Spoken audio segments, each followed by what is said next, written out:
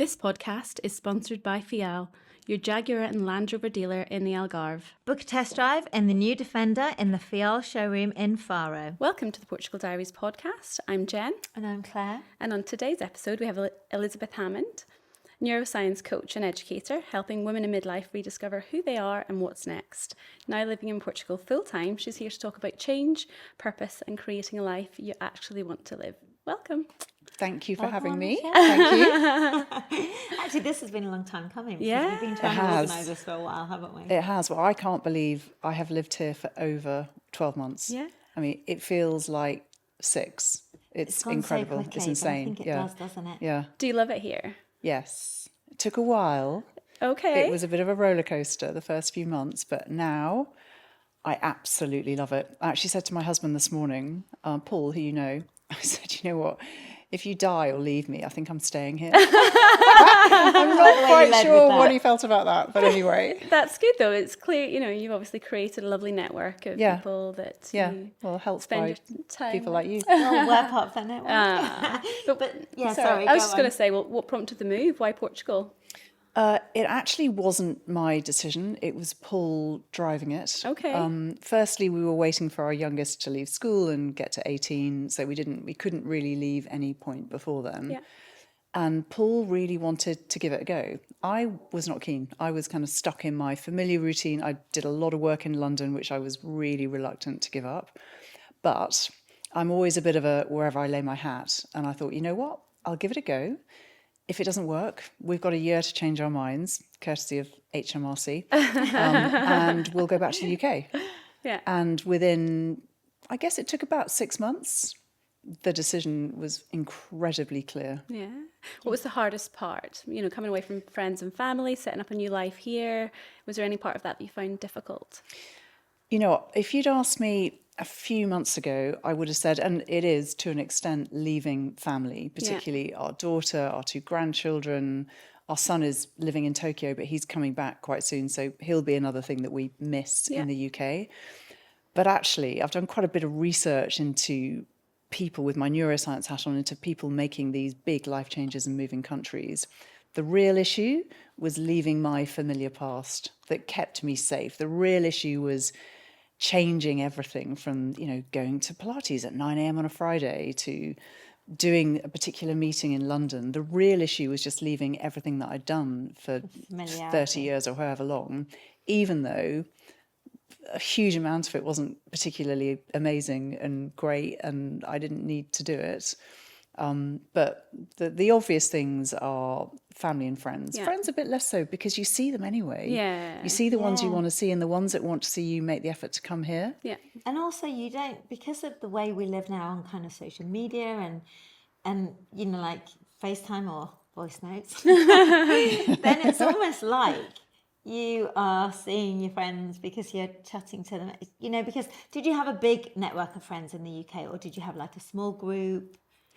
A small group of really close friends, but a pretty big network, some of whom I haven't seen since I left, but we've kept in touch. Yeah. And you're right, it's easier with the ones who are more active on social media. Yeah. But it was the work colleagues and the work I was doing that's probably the hardest thing to move away from. And my daughter is really active on social media because she's an influencer.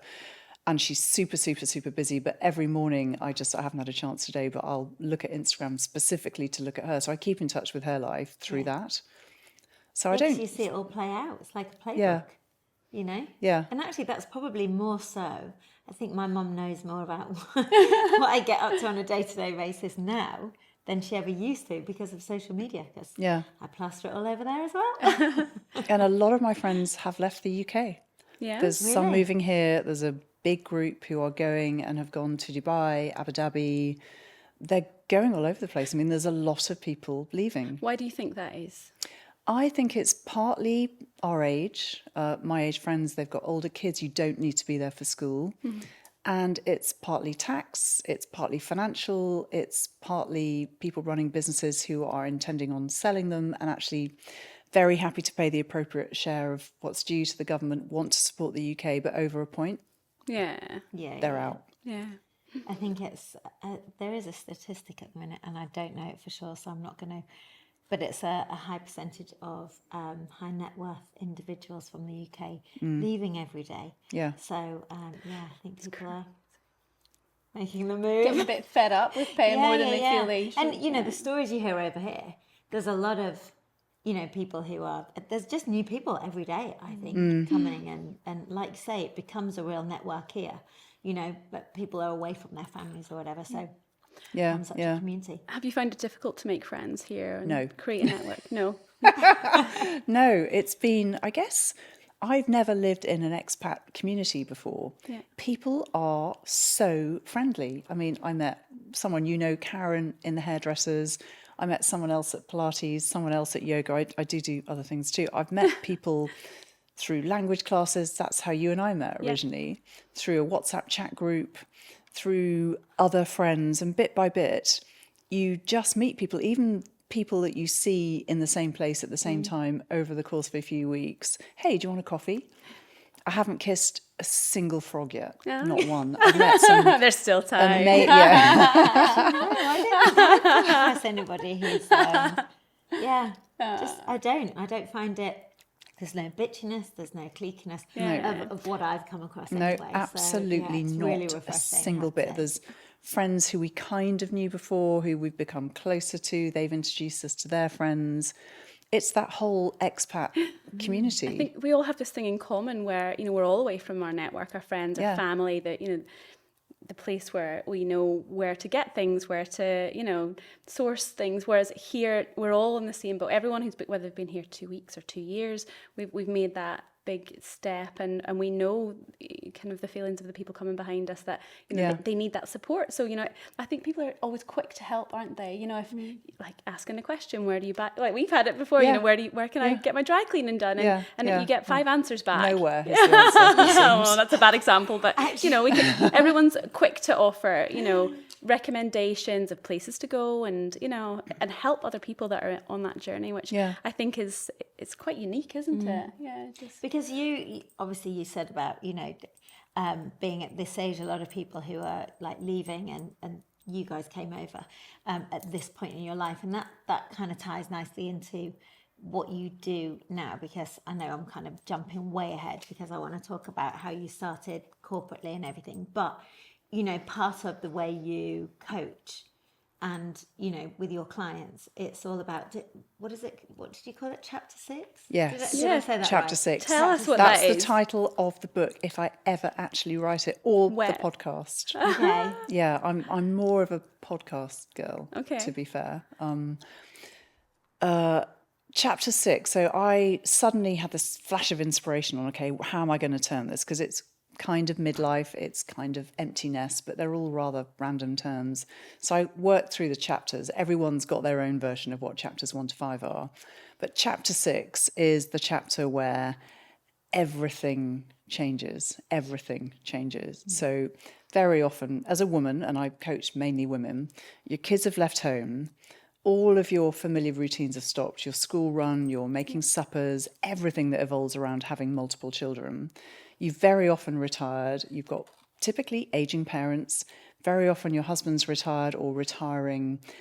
Everything changes. You're also, like it or not, you're hitting the menopause. So you've got physical changes, mental changes, shit happens. And when you get to my age, we have really sadly had a number of friends who have quite literally, tragically young, just dropped down dead. That's never happened in my life before, not in this level. Anyway, it's health reasons, nothing else. And you suddenly get this realization that you have a number of great years ahead of you. And I'm going to do a lot of work on death in a really positive way, because we need to wake up and realize no one's getting out of here alive, and live your life accordingly in the most beautiful, fabulous way that you can, and not pretend it's never going to happen and keep doing all the same old, because I'm going to live forever. I mean, even will be interesting to see, I don't know if you follow Brian Johnson, it's going to be interesting to see, he's the guy who did Don't Die. He's determined to live, well, I think he's determined to live to be about 300. Could be kind of lonely at the end. Wow. Is he the guy who, he said he gets mistaken for being AI because he's literally paying all these people to literally work out how to reverse his age. Is that guy? He's the billionaire who literally spends morning, noon, and night from kind of, I don't know, like 4 a.m, stem cell treatment. I mean, you name it, he's doing it. And actually, it's an experiment that will help all of us, because bits of it, they're going to find the bits that work and the bits that don't. And very few of us could have the time or the passion or the interest or certainly the money to go and lead the life he's living. But for it's me, true, he is in a minority. yes, absolutely. But just on that quest to live, a long, full, happy life, which I think we all want, don't we? But circling back on, you talked about clients that you're working with, and typically women in the similar sort of life stage to yourself.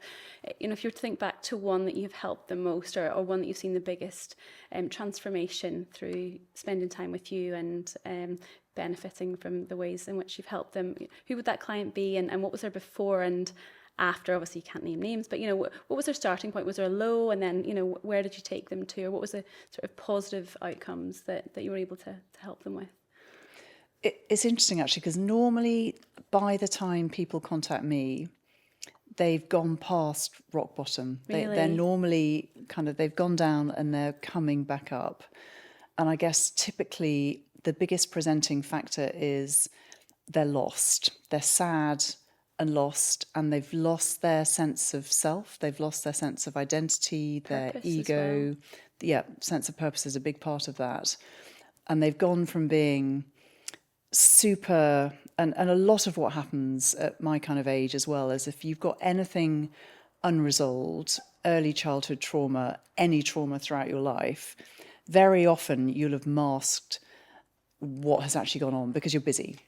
So you're busy, you're working, you're raising a family, you're getting a promotion, you're earning more money, you've got kids, you have another child, the kids grow up, and you get a bigger house, and you go on holidays, and you get a holiday, and it goes on and on and on. And then suddenly, for a lot of women and men, I call it the music stops. It literally all stops. So anything that is unresolved in your background is going to come, and it is going to whack you around the face, because if you haven't dealt with it, it's still there somewhere or other. So a lot of it is actually they're lost, and they start off thinking they want to talk to me about what do I do next, but very often that isn't what I end up talking to them about at all. Very often it's actually something in their past that is there. They haven't recognized it. They haven't, more importantly, recognized what that has then created in them in terms of emotional states, narratives, tendencies, ways of looking at situations. That little voice inside your head that, unless you stop, you don't really know what it's saying, but it's like, no, you're not good enough, no, shame on you, no, who do you think you are? All of that kind of, particularly Western women in my generation, what we've grown up with, be a good girl, do as you're told, people pleasing, all of it. And you've got to kind of just unpick it a bit. I always do it with tools. I don't let people even talk about their trauma until I've given them tools and techniques, because every time they talk about it, they're imagining it again, they're firing it, wiring it in their brains, they're feeling the emotion. There's nothing wrong with that.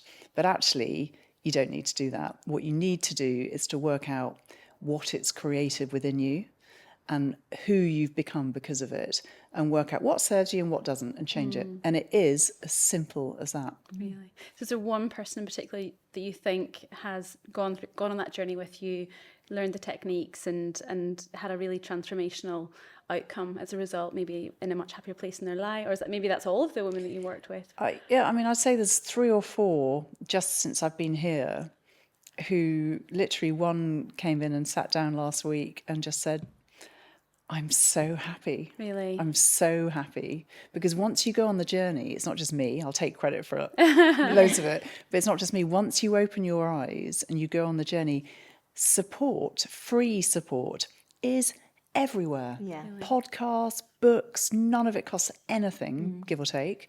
And once you reach that point of awareness, and it's literally like, oh my goodness, I had no idea that I am in control of what I think. No matter what total shit is going on around me, I can choose how I feel. Because unless that feeling serves me, what is the point of feeling it? And it is literally as deliberate as that.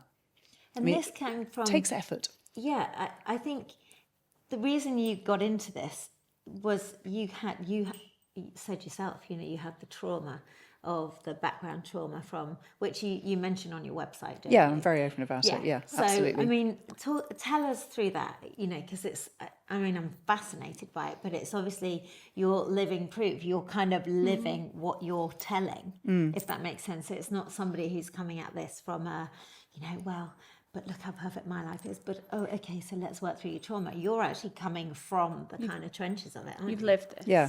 Yeah. And I'm really, as I always say, I'm really proud of my background, and I would not change one single thing. And my background is fairly shocking, but it's all in the public domain. So I used to not tell people about it as much because they would normally be so shocked.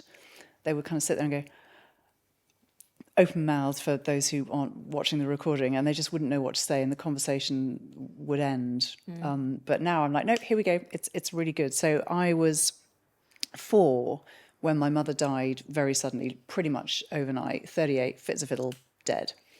I was the youngest of 4, age 4. 3 weeks later, my dad met someone else, and he married her within a couple of months. They'd never met before. He met her picking me up at a party with my soon-to-be twin stepbrother. Wow. She has some issues in the alcohol department, and she really didn't like me. So I went from losing a mother to having a new one who clearly couldn't stand me, kind of losing my father for a while too, because obviously he was in love with her, and I adored my dad. As long as he's happy, I'm good. I think he's the reason I'm not completely batshit crazy. And we got through that. That was bad enough. I don't think that's a particularly unusual story, to be honest. And then when I was 13, my sister, who was 9 years older than me, was on a flight from Athens to Jeddah on a private jet. She was working, unbeknownst to us, we thought she was a secretary. She was actually MI6. And her flight was forced to land. We don't know how long they were held for, but she was kidnapped and murdered. But that took about 10 to 15 years to unravel, during which time, I mean, it was quite extraordinary, the stuff that went on. I mean, there is a book written about it, The Mysterious Disappearance of Theresa Drake, but good luck trying to find a copy because it's got a Foreign Office D notice on it, which is pretty much means it's banned. And she had got herself into some big stuff. So, I had pictures of me at boarding school to my dad, she's next, unless you shut the F up. I had a police guard outside my room at school for a while. This is kind of funny, in 1987, so this is like 9 years after she disappeared, 8 years after she disappeared, I was at Regent Street Tube Station. This really good-looking guy came up to me, and I thought, ooh, and he said, "Hi, Lizzie," and I thought, oh, gosh, I'm in. And he said, "Just tell your dad we know exactly where you live." Gave me my specific address in Hampstead at the time, and tell him to shut up. What was your dad doing to prompt that? Well, my father was desperately trying to find out what had really happened. To your sister. So he was on a quest, and he was not going to be stopped. Wow. In the end, he did stop, left the UK, went to live in Grenada, couldn't deal with it any longer. Wow. So as a family, it was awful losing our, obviously in my father's case, his daughter, in our case, our sister. But what you don't really appreciate is what then happens to the family. Everybody just went off on their own journey of destruction. My 2 brothers are still with me, so my 2 older brothers, who are absolutely amazing. Better listen to this, guys. But my younger brother, my twin brother... subscribe and review. Yeah, exactly. Yes, exactly. But my younger brother, who has been he's 3 weeks younger than me, so he's been my twin brother since I was 4. So as far as I'm concerned, he's my brother. He's from the lady that your mum dad married. Yes, okay, that was from her first marriage. Okay. He didn't do so well. So he was doing heroin by the time he was 16. Went to prison for a couple of years. I could tell you some stories about visiting him in prison. That was interesting. And then just kind of went off the rails, and he died, I guess, about 13 years ago. Gosh. Goodness, that's such a 3. shame. So it's quite a story. Yeah. But I would not be here had that not happened. I wouldn't be doing what I'm doing. I literally feel that everything that happened pushed me to the point. So my way of coping, as I've talked about before, was to become an absolute workaholic. Mark, my brother, chose heroin. I chose workaholism, and I just worked. Yeah. It was all about ego. It was all about ka-ching, money, money, money, And this working, is when you were working. in the corporate world, because Yes. that's like how you started, wasn't Yeah, it? yeah. So I worked at Goldman Sachs for a while. Then I went into headhunting. So I ran quite a large US financial services search firm. Yeah. So I was always on a plane. Someone said to me, how'd you get to work? And I went, Concorde. And I did actually fly Concorde before that stopped. Yeah. It shows you how old I am. And I was just always jetting around the world. I think my daughter, sorry, Livy, I think she actually thought the nanny was her mother for a couple of years. I was a total workaholic. And then there was this one moment driving home through Wimbledon Village to my perfect, I mean, I love my husband. I married really well because I think I had a good dad. So, yeah, lucky bastard. So I had that level of kind of comfort and solidity and everything else. Driving home in my beautiful, flashy sports car, loads of money. We just sold a business. To my beautiful daughter, I had everything I'd ever wanted. And I just thought, I'm really, really unhappy, really unhappy. What age were you at this point? How old was I? I was probably about 31, I guess. So for anyone looking in thinking you've got the perfect life, you've got... Oh, yeah, I had it all. Everything. Yeah, I was probably about 32. And did you acknowledge why there was unhappiness, or did that prompt you to think, I need to get to the bottom of this? I kind of knew where it had come from, but I wasn't educated in the world I work in now. Yeah. So literally the next day, I get on the phone to my old boss and I said, Pete, didn't you have a coach for a while? One of those people that you talk about your shit to? And he went, yeah, no, here you go. And he gave me her number and the rest is history. Really? So I had a coach. Yeah. Life, yeah, she changed me. She was the first intro into that world. Okay. And then I met randomly in a lift.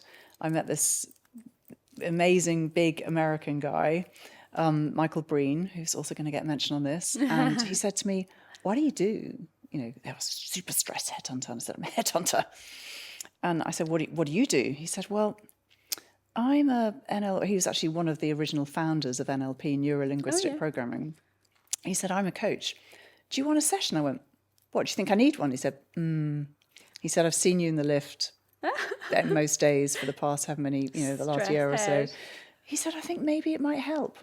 And again, I mean, that was where it really started. Yeah. So that was 24 years ago. And that was when I started training to become a coach in virtually every modality that you could think of, until I found the one that truly hit home, which was when neuroscience came into it. And what did Paul say when you came home and said, actually, I'm not going to do this anymore, I'm actually going to be a coach? Was he pretty supportive, or it wasn't such a linear transition. So I first of all set up an executive coaching company alongside the search firm. Okay.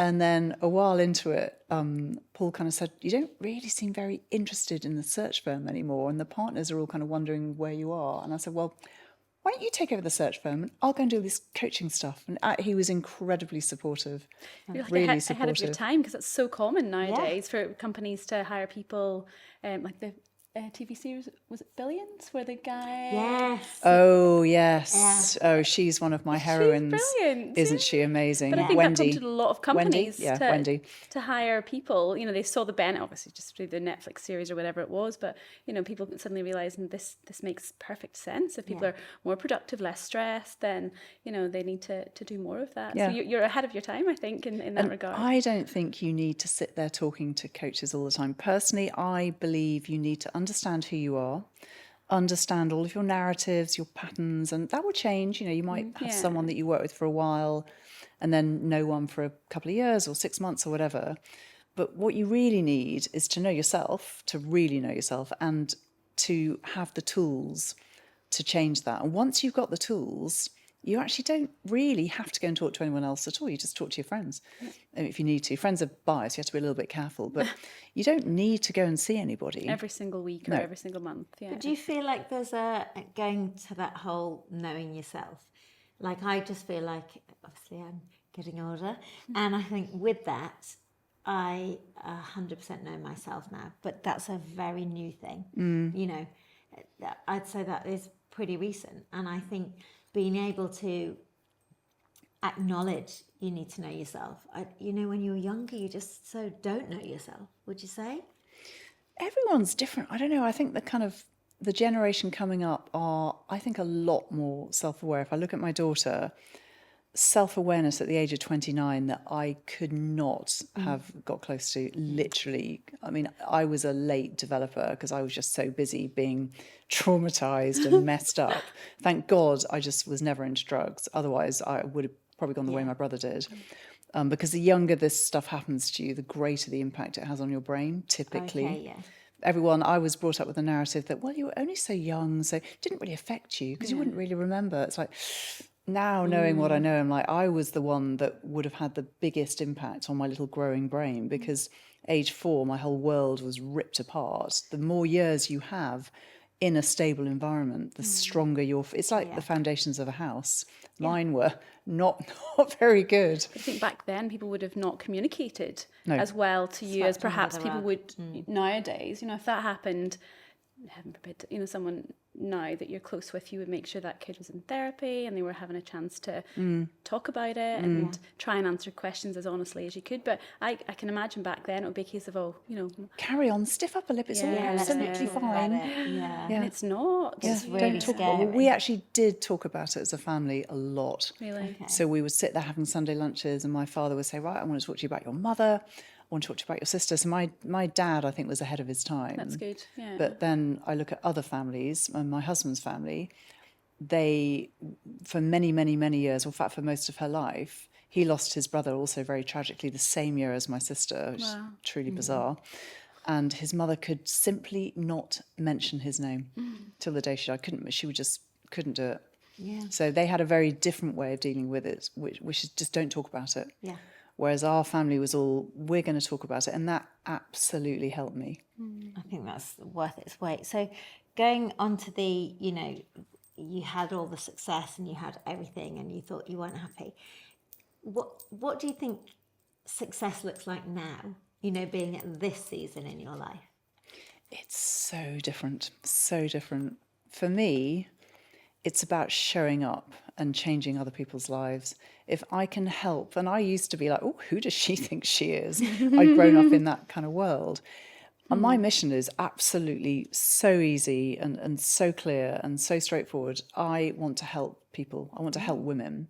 And if I can help women, the women I work with, if I can just help one through following me on social media, learn something and be happier, I'm so happy. It's as selfish as it is selfless, and I'm absolutely clear that is my purpose. That's why all of that shit happened, to get me to the point that I'm at now, where I can help women, particularly women of my age, and I absolutely love it. And that is success. Your social media clips are brilliant because they're just, I think I messaged you the other week actually because I have an ongoing conversation with my husband, sorry Simon, about us going to the same place on holiday all the time. And you did this one clip on change, and I can't actually, think of the detail of it now, but it was because of my current conversation at that time. And then I literally saw you pop up and you said exactly what I was thinking in my head. And I was like, oh my goodness, that's it. It's the change thing. It's the stepping outside the comfort zone. And it was just had such resonance that I think it just must be so good for people, because they're just small little excerpts saying, sorry, my bracelet's probably jangling all over the mic there, sorry.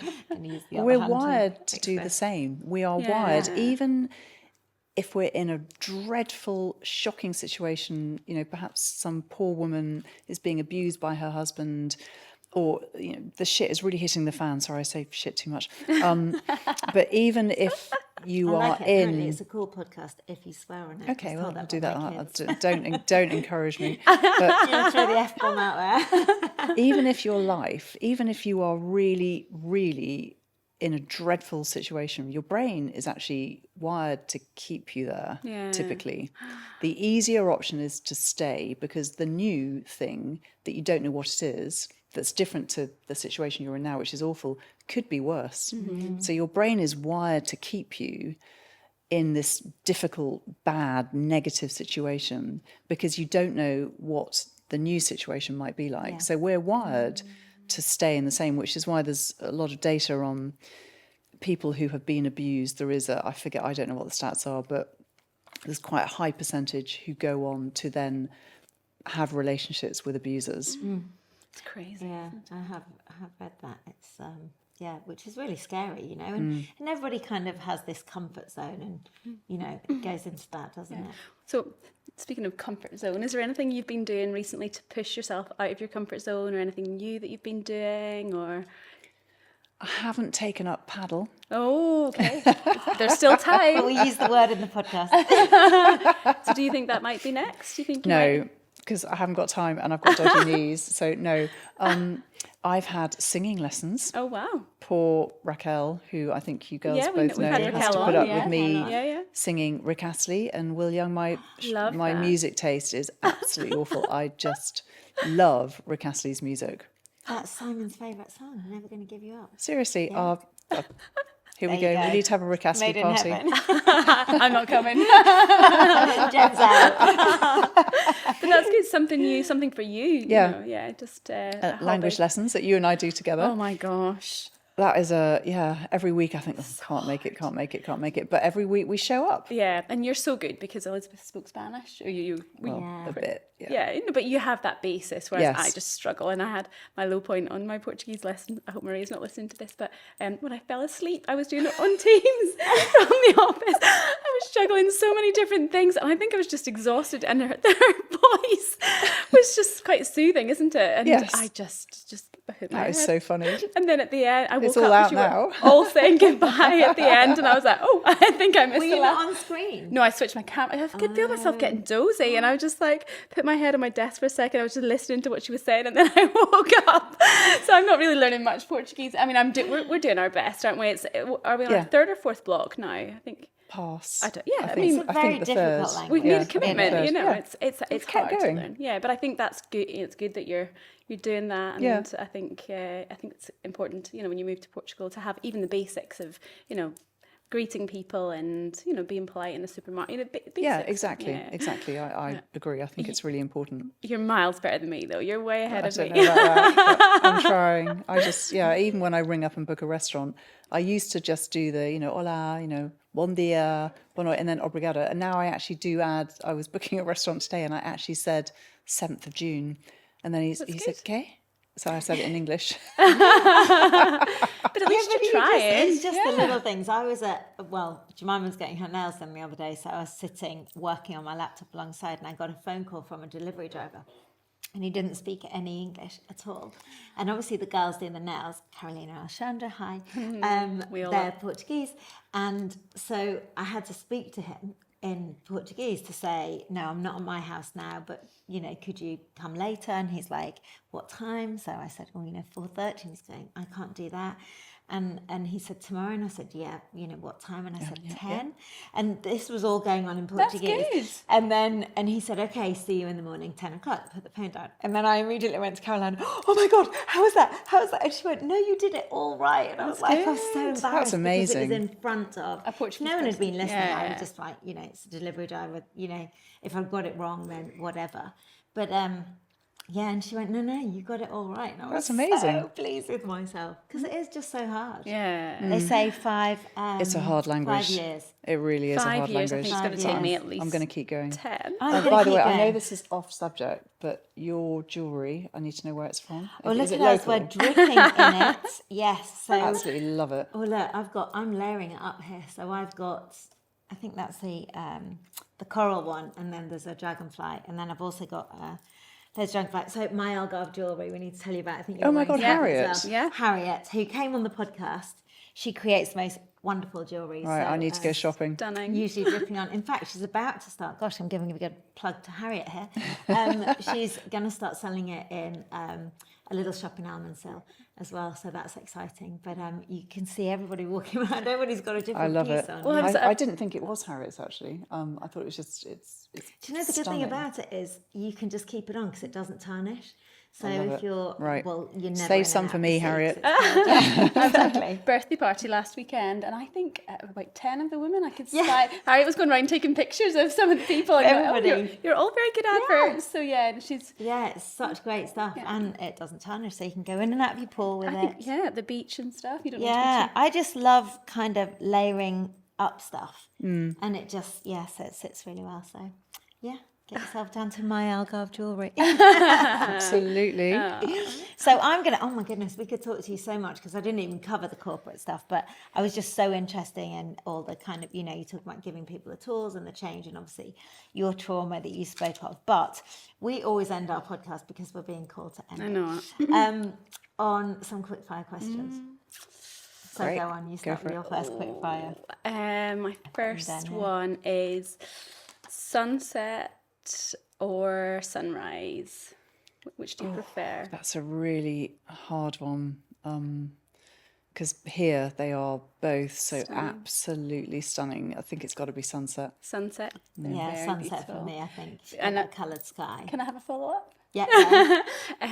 Favorite place for a sunset cocktail? Anywhere along the beach or? It would have to be either Maria's, it's another one for Harriet, Yeah. or Plug. Antonio's. Yeah. Sitting in the bar at Antonio's, I just I haven't been love there. it. Good food as well, yeah. Antonio's has my heart. I love Antonio's. They don't often open. Well, they open in the evenings normally towards the end. Well, in the summer, but that beach has the most stunning view. Or Yeah. any of those restaurants. I mean, Bold Octopus, Yeah. Passos, yeah. There's so many. Maria's. Yeah, Izzy's yeah. as well is another lovely. It's a little Yeah. happy step. And also My Garden. Oh yes. Because we get sunrise and sunset. Yeah. It's just so beautiful. But you cannot beat the beach By and the being by the sea. sea. Yeah, I or just totally sitting agree. on the beach with a takeaway pizza, which we hardly ever do. Need to do this more often. And a glass of But even whatever. if you're just walking the dog down the beach and as the sun's going down, you kind of, I don't know about you, but I just pinch myself and think, hang on, this is my life. Yeah. This is like Yeah. unreal, really. On that note, talking of Portugal, if you were to use one word to describe Portugal? Perfect. Oh, that's so nice. Literally perfect. I do the same. I mean, I know we've had some slightly dodgy weather here this winter, but I never, ever have a beautiful day, even like today where it's been a bit mixed, without thinking, wow, we're so lucky to live here. Yeah, it's interesting that, isn't it? Because in the UK, I would never kind of just be struck by, I need to be so thankful. But I kind of literally drive from here down, and I'm going past, where they do all the paragliders jump off the hill. Yeah. And I kind of look and I go, I'm so thankful for this. I'm so thankful for this. And I just think I've never been somebody who just drives along saying thank you. And you're just struck by all this beauty, really. Which is really good for your brain, because gratitude and love does the most extraordinary things to your heart and brain. Really. Yeah. Well, that's me then. 'Cause Even I'm having thankful. the blue sky is just good for your, Yeah.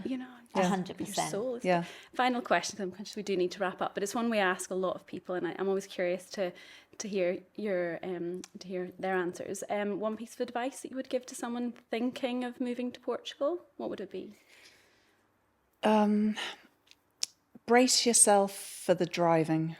That's a very good answer. I'm sorry. That is really The good. driving here, I don't know whether it's an Algarve thing, is unlike anything I've ever experienced in my life. I mean, the first piece of advice is just do it. Yes, of just course, do yeah, it. yeah. Do your homework. Make sure Yeah. it's just do it.